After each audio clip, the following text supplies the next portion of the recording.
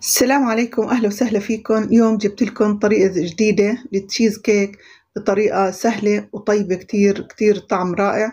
بالمشمش رح نعملها بنكهة جديدة بدون قالب. تشيز كيك رح نعملها بطريقة تفك بسرعة أو نقيم القطعة بكل بساطة بدون القالب، وحتى بدون فرن وبدون بيض. إن شاء الله رح تعجبكم. طريقة كتير سهلة. خلينا ندخل نطبق المقادير وطريقة العمل ونقول بسم الله والصلاة والسلام على رسول الله.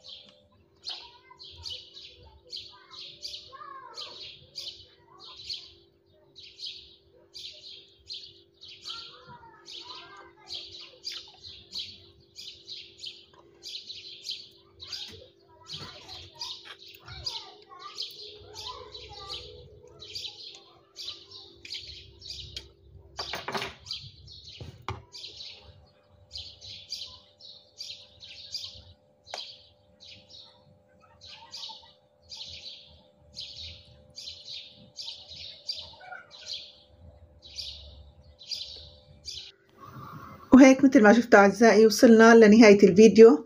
التشيز كيك جدا رائع ما شاء الله، نكهة المشمش فيها كتير طيبة، وإن شاء الله رح تعجبكم. وأنا جبت لكم إياها بطريقة مبسطة، إنه نجيب العصير ونعمل منه الصوص ونحط منه كمان ونفس التشيز. بما إنه ما متوفر المشمش، ممكن يكون ما متوفر بكل مكان، فهاي طريقة أسهل. والمشمش المجفف إن شاء الله موجود بكل مكان أكيد. وإن شاء الله تكون طريقة التحلية لليوم عجبتكم، واللي بيجربها يا ريت تعطوني رأيكم تحت بالتعليقات، أكيد رأيكم بهمني وبيسعدني. وانتظرونا بفيديوهات جديدة من كل جديد، وبالصحة والعافية للجميع، وبأمان الله.